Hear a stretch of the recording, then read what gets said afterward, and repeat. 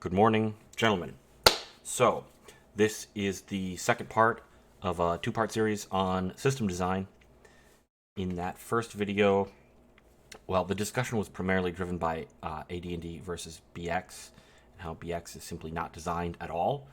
And now we're going to look at some of the ways that system design can fail or what it entails, which would tell us things like where AD&D does not succeed or could be moved forward upon. So, to start with, let's go over some of the ways that the complexity and depth trade-off can go wrong. So, to recall, we implement some amount of complexity in the system, and this buys us a certain amount of depth as a result. For example, if the players can take only one action, that's a very simple game. If they can take three actions, that's more complexity, but because they have three different actions, for example, rock, paper, scissors, we now have more possible outcomes. For example, if two players are throwing rock, paper, as opposed to we can only throw rock, which would be a much less interesting game. So one of the ways that this can go wrong is the situation where you implement complexity and there's no corresponding depth. So for example, with the rock, paper, scissors example, imagine if the hierarchy of which one beats the other, you implemented rock, you implemented paper, you implemented scissors, but they all had the exact same result no matter which one was played against the other. So now you've implemented a bunch of complexity, but you've gained nothing in return. The depth of the game has not increased at all.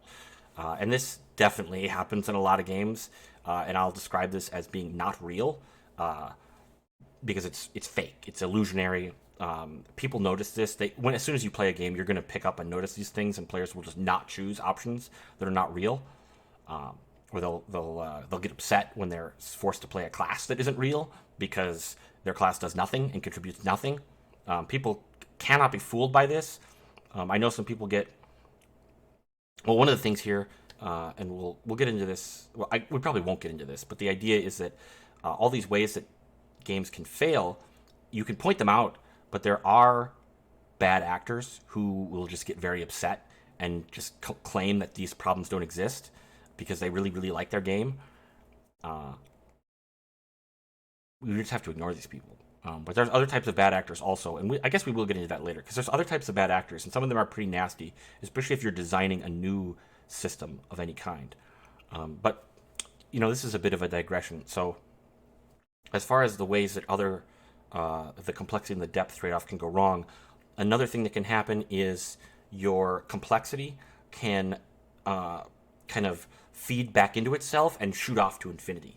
This typically will happen with things like encumbrance, meaning weight, or time management, time tracking, or money, where you end up doing a lot of busy work to keep track of these things, and it gets increasingly complex over time, and you're figuring out nothing as a result. Like, it actually can end up in situations where the values have gotten huge, and you're doing all this work to calculate them, but because they're so big, they actually have no meaning anymore. Like, they don't.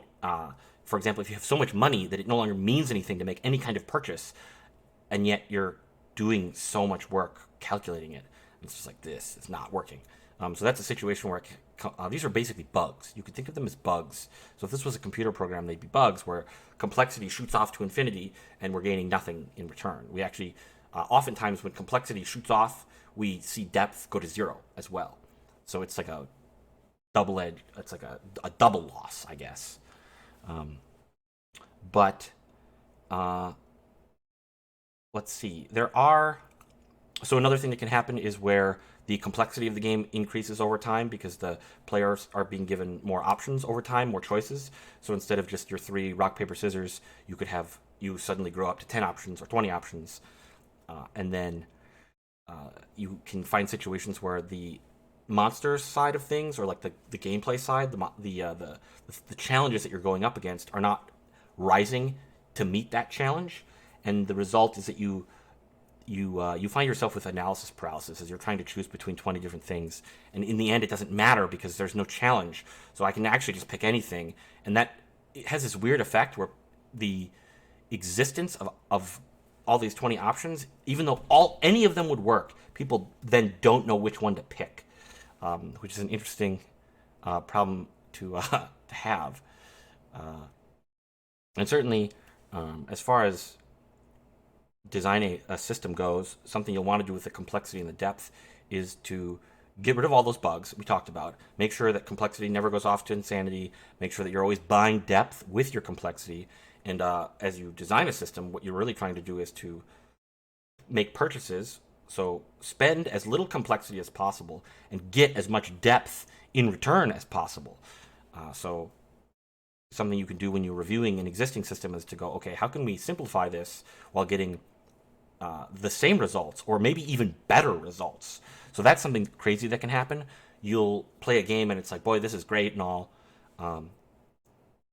But then it turns out that there was a different way that was not only was it much, much simpler, and it made it took, something that took 4 hours to play a board game, for example, and now all of a sudden it takes 30 minutes, but it's actually more fun.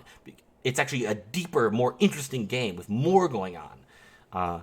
That's where you get these games that are just like once in a lifetime. You just, holy cow, this product is so far above and beyond anything else that it really just makes everything else look like a joke.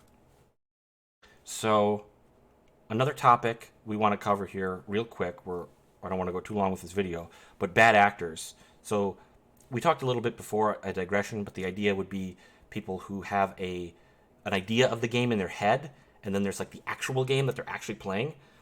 So that'll happen where they'll talk up the game that they are imagining that they're playing and kind of just ignore the fact that they're not actually playing that game that's in their head. They're playing a different, shittier game that exists in the real world, and we need to, wouldn't it be great if we could implement the game in our heads for real instead? Then we wouldn't have to put up with the shitty game.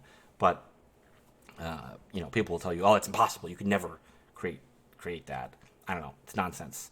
But one of the things you would see in like the MMO era with forums, with forums online, is people will, your players are just going to lie to you. They're going to tell you a bunch of crap about your game. They're going to, especially if there's any sense of competition, even if it's a cooperative game where players might feel like they're competing with each other to see who can do the best. You'll get people lying, basically just telling you bullshit. Like, oh, it's fine, don't worry, that class is good, but this class that I play, oh, it needs a lot of work. We need to fix that.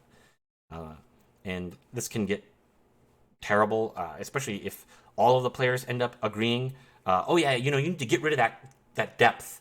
That's not interesting. We lose sometimes, and we don't like that. We don't want to lose. We want to win always.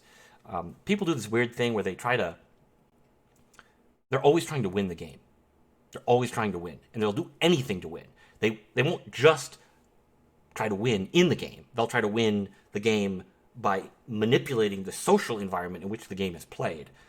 So in the system design respect, this means just lying to the people running the game, which could be the dungeon master, the referee, or the person making the rules, for that matter. So you'll see this over time with like the additions of Dungeons and Dragons, for example, where there's like the tyranny of fun concept that corporate D&D has, doesn't want you to lose, doesn't want you to experience any challenge because that's not fun. But that's just listening to morons. Like, don't listen to those people. Like, they're idiots. Like, the Dark Souls series, for example, proves that challenge, it can be entertaining. And I don't even like Dark Souls all that much. But whatever. And I think that mostly covers all of the topics I wanted. And I think this is a pretty good video as it is. We'll cut it off here. Let me know if you guys want me to talk about anything else.